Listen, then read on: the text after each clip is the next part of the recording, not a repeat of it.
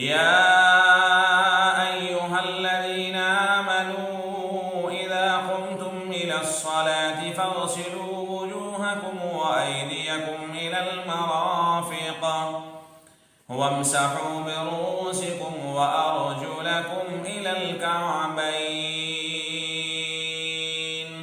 صدق الله العظيم۔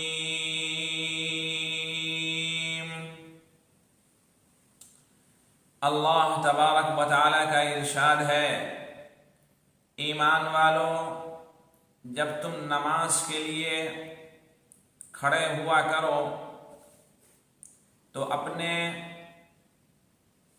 چہرے اور دونوں ہاتھ کہنیوں سمیت دھو لیا کرو اور اپنے سر کا مسح کر لیا کرو، وَأَرْجُلَكُمْ إِلَى الْكَعْبَيْنِ، اور دونوں پاؤں ٹخنوں سمیت دھو لیا کرو۔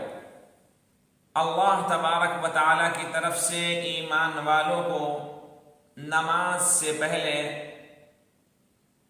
یہ حکم دیا گیا ہے۔ وضو کی تاریخ سے یہ پتہ چلتا ہے کہ وضو پچھلی امتوں میں بھی تھا، ہاں فرق صرف یہ ہے کہ اس امت کے ساتھ اللہ کا خاص کرم، خاص معاملہ یہ ہے کہ قیامت کے دن اس امت کے وہ اعضاء جو وضو میں دھلے جاتے ہیں، چہرے ہیں، دونوں ہاتھ کہنیوں سمیت ہے، دونوں ٹخنے ہیں، یہ روشن اور چمکدار ہوں گے۔ ان امتی یدعون یوم القیامت غرا محجلین من آثار الوضوء، آقا صلی اللہ علیہ وسلم نے ارشاد فرمایا، یقیناً میری امت قیامت کے دن غرا محجلین کہہ کر پکاری جائے گی، روشن اعضاء والے، روشن چہرے، وضو کے اعضاء والے کہہ کر پکاری جائے گی، من آثار الوضوء، وضو کے نشانوں کی وجہ سے۔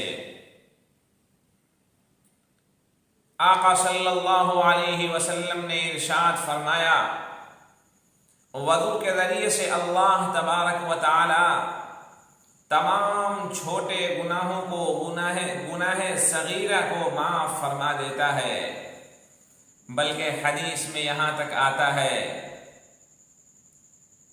کہ انسان جب اپنا چہرہ دھوتا ہے تو اس کے پانی کے آخری قطرے سے جو ٹپکنے والا ہوتا ہے، اس کے گناہ، آنکھ کے، منہ کے، لب کے، یہ سب کے سب جھڑ جاتے ہیں، دھل جاتے ہیں۔ جب انسان ہاتھ دھوتا ہے تو پانی کا آخری قطرہ جو اس کے ناخن سے ٹپکتا ہے، اللہ تبارک و تعالی ناخن کے اندر تک کے گناہوں کو اس سے دھو دیتا ہے، صاف پاک کر دیتا ہے۔ کل قیامت کا میدان ہوگا، اولین و آخرین سب وہاں جمع ہوں گے۔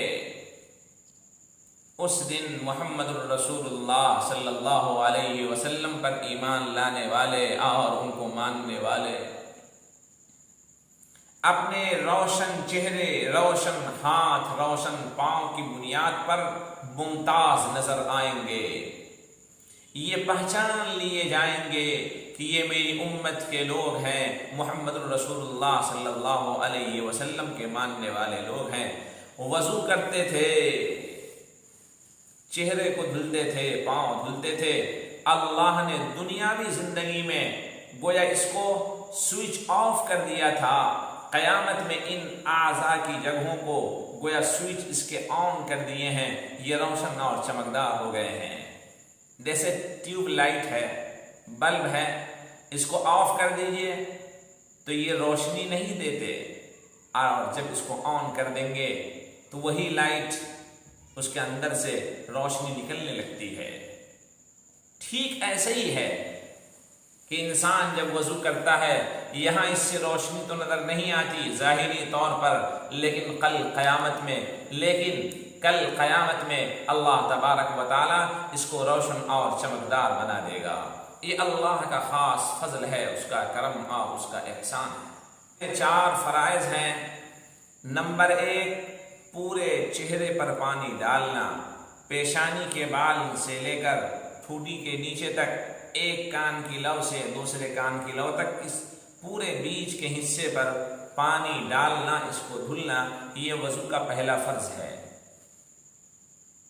جو حضرات داڑھی بڑی بڑی رکھتے ہیں ان کے لیے بالکل داڑھی کے اندر تک پانی کا پہنچانا جبکہ مشقت ہو یہ کوئی ضروری نہیں ہے، لیکن جو حضرات چھوٹی داڑھی رکھتے ہیں ان کے لیے ٹھوڈی کے نیچے تک یعنی کھالوں تک پانی پہنچانا یہ فرائض میں سے ہے۔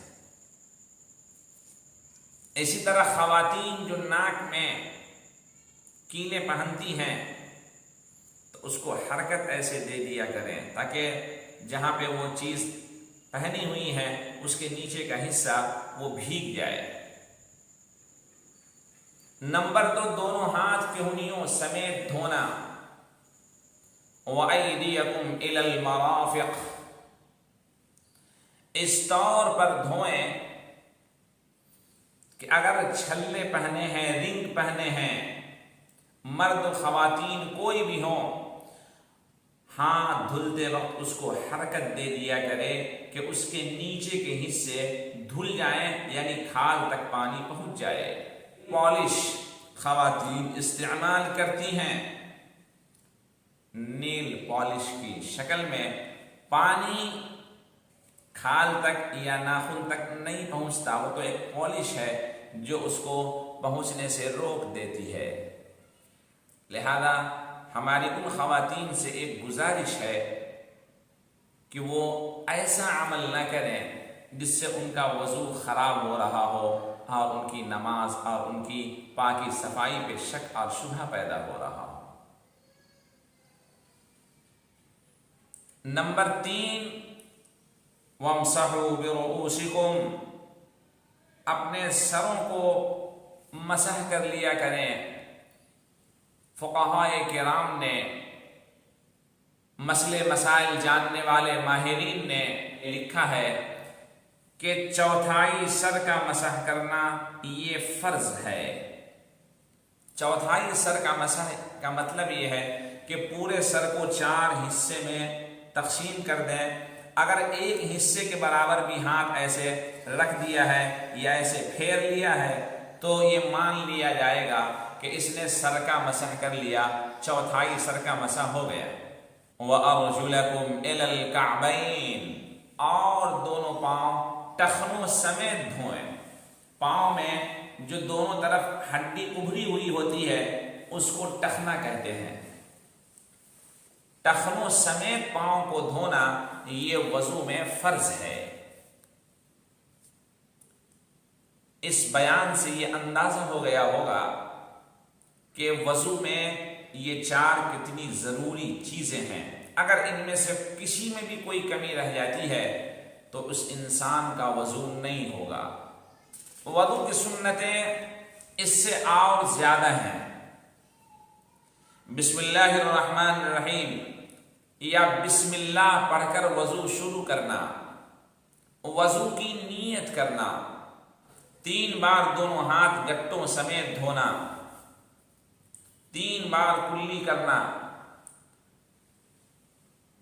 مسواک کرنا۔ اس کا طریقہ بھی یہاں سمجھ لیں۔ کلی کا طریقہ یہ ہے کہ ایک بار پانی ایسے منہ میں رکھیں، اس کے بعد مسواک کریں، اور مسواک اگر نہ ہو تو شہادت والی انگلی سے یوں ایسے ایسے پھیر لیا کریں، پھر اس کے بعد کلی کریں، پھر ہاتھ ایسے ایسے پھیر لیا کریں، پھر کلی کریں، پھر ہاتھ ایسے ایسے پھیر لیا کریں۔ 3 مرتبہ اس انگلی کے پھیر لینے سے مسواک کی فضیلت اس کو حاصل ہو جائے گی، ثواب اس کو مل جائے گا۔ اسی طرح 3 بار ناک میں پانی ڈالنا اور چھوٹی والی انگلی کو ڈال کر ناک کو چھنکنا، صاف کرنا۔ اور اس کا طریقہ یہ ہے کہ پانی داہنے ہاتھ سے لیں، ناک میں رکھیں، اور بائیں ہاتھ کی چھوٹی والی جو انگلی ہے اس کو دونوں ناک کے اندر ڈالیں، اور اس کے بعد ناک ان 2 انگل سے ایسے پکڑ کر چھنک دیں، پھر اس سے پانی ڈالیں، ان دونوں کو اندر رکھ کے صاف کریں اور ایسے صاف کر دیا کریں، پھر پانی ڈالیں، پھر اس سے ایسے اندر کر کے صاف کریں اور اس کو ایسے چھنک دیا کریں، صاف کر دیا کریں۔ اس عمل کے کرنے سے انشاءاللہ آج کل جو کووڈ-19 کی بیماری چلی ہوئی ہے، کورونا کی جو بیماری چلی ہوئی ہے، لوگوں کو سانس کی تکلیفیں ہو رہی ہیں، اللہ کی ذات سے پوری امید ہے کہ اللہ تبارک و تعالی اپنا فضل اور کرم اس بندے پر، محمد الرسول اللہ صلی اللہ علیہ وسلم کی اس سنت پر عمل کرنے والے کو ضرور ان بیماریوں سے محفوظ فرمائے گا۔ سانس کی انشاءاللہ سائنس کی دقت، سانس کی دقت یہ انشاءاللہ اس کو نہیں آئے گی۔ انسان اعتماد اور بھروسے پہ کام کرے، اللہ کی ذات خاص کرم کرنے والی ہے۔ پورے چہرے پر پانی 3 بار ڈالنا اور اس کو مل کر دھلنا۔ اس کا طریقہ یہ ہوگا کہ داہنے ہاتھ، دونوں ہاتھ سے ایسے پانی لیں اور پیشانی پہ پانی ڈالیں، وہ پانی خود بخود نیچے آ جائے گا، دونوں ہاتھ سے رگڑ کر چہرے کو مل لیا کریں۔ 3 بار اسی طرح کریں، پیشانی سے لے کر سب پورے چہرے کو ملیں، پانی لیں ایسے رکھیں اور ایسے مل لیا کریں اچھی طریقے سے۔ اس کے بعد داہنے ہاتھ کو ایسے داہنے ہاتھ سے پانی لیں اور ایسے کر دیا کریں، بائیں ہاتھ سے یوں ایسے ملا کریں اس کو کہنیوں تک، 3 بار ایسے کریں اور پھر اسی طرح بائیں ہاتھ سے یہ پانی ایسے لیں اور داہنے ہاتھ سے اس کو ایسے مل دیا کریں۔ یہ طریقہ ہے ہاتھ دھلنے کا۔ ہاتھ دھونے کے بعد مسح کرنا یہ ضروری ہوتا ہے تاکہ اس میں فرض اور سنت دونوں شامل ہو جائے، اور وہ ہے پورے سر کا مسح کرنا۔ سر کا مسح کرنے کا طریقہ یہ ہے کہ ایسے دونوں ہاتھ کی 3 انگلیوں کو ایسے ملا لیں، یہ دونوں انگلیاں اوپر رہیں گی اور ایسے لے چلیں، یہاں سے لے کے ایسے، یہ دونوں انگلیاں اوپر اٹھی رہیں گی دونوں ہاتھوں کی، بالکل پیچھے تک لے چلیں، یہاں تک لے چلیں، واپسی میں ان 3 انگلیوں کو ایسے اٹھا دیں اور یہ جو دونوں حصہ ہتھیلی کا ہے اس کو ایسے چپکا کر کے یہاں آگے لے آئیں۔ اب یہ پورے سر کا مسح ہو گیا بال کا۔ یہ انگلی بچی، اس کو اندر کان میں ایسے کریں، اندر کے حصے میں۔ یہ انگوٹھا بچا، کان کے باہر حصے میں ایسے کریں مسح۔ یہ حصہ بچا گردن کے پیچھے ایسے، یہ ایسے، یہ ایسے کرنا۔ حلق کا مسح نہیں کریں گے۔ بہت سارے لوگ یوں مسح کرتے ہوئے حلق تک مسح کرتے ہیں۔ حلق کا مسح کرنا یہ بدعت ہے، یہ اچھی چیز نہیں ہے۔ ہمیں امید ہے کہ مسح کا یہ طریقہ آپ کو سمجھ میں آ گیا ہوگا۔ ایک دفعہ ہم پھر دوہرا دیتے ہیں۔ یوں ایسے دونوں ہاتھ کو جمع کریں، 3 انگلیاں لگائیں اور صرف انگلی سر کے بال میں ٹچ کرتے ہوئے بالکل پیچھے کے حصے میں آ جائے گی۔ واپسی میں انگلیاں ایسے اٹھ جائیں گی اور یہ ہتھیلی کے حصے یہ دونوں طرف بال میں چپکتے ہوئے آگے کی طرف آئیں گے۔ یہ انگلی بچی، یہ ایسے اندر کے حصے میں، یہ انگوٹھا بچا دونوں ہاتھ سے یہ باہر کے حصے میں، اور یہ حصہ جو ہاتھ کا بچا یہ پیچھے ایسے اور ایسے کر لیں گے۔ مسح کرنے کے بعد انگلیوں کا خلال کرنا بھی یہ سنت ہے، اور اسی طرح داڑھی کے بالوں کا بھی خلال ہوگا، یہ خلال کریں گے تاکہ کوئی حصہ سوکھا نہ رہ جائے، اس لیے ایسا کیا جاتا ہے۔ سنت عمل جو ہوتا ہے فرائض کے اندر خوبصورتی پیدا کر دیتا ہے۔ اور پھر اس کے بعد دونوں پاؤں ٹخنوں سمیت دھلیں گے، اور اس کا طریقہ یہ ہے کہ داہنے ہاتھ سے پانی رکھیں گے، بائیں ہاتھ سے پاؤں کو دھلیں گے۔ اور ایک چیز ہم آپ کو دکھلا دیں یہاں پہ کہ پاؤں کی انگلیوں کا جو خلال کریں گے وہ بائیں ہاتھ کی چھوٹی والی انگلی سے داہنے پاؤں کے داہنے پاؤں کی چھوٹی والی انگلی سے خلال شروع کریں گے۔ یہ دیکھیے ایسے، یوں ایسے کریں گے، اور پھر اسی طرح بایاں پاؤں دھلیں گے اور اسی انگل سے خلال یہ انگوٹھے سے شروع کریں گے اور چھوٹی کی طرف لے چلیں گے.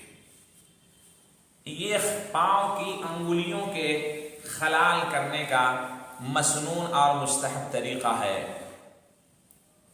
وضو کرنے میں قبلہ رخ کی طرف اگر ممکن ہو سکے تو بیٹھنا اچھی بات ہے.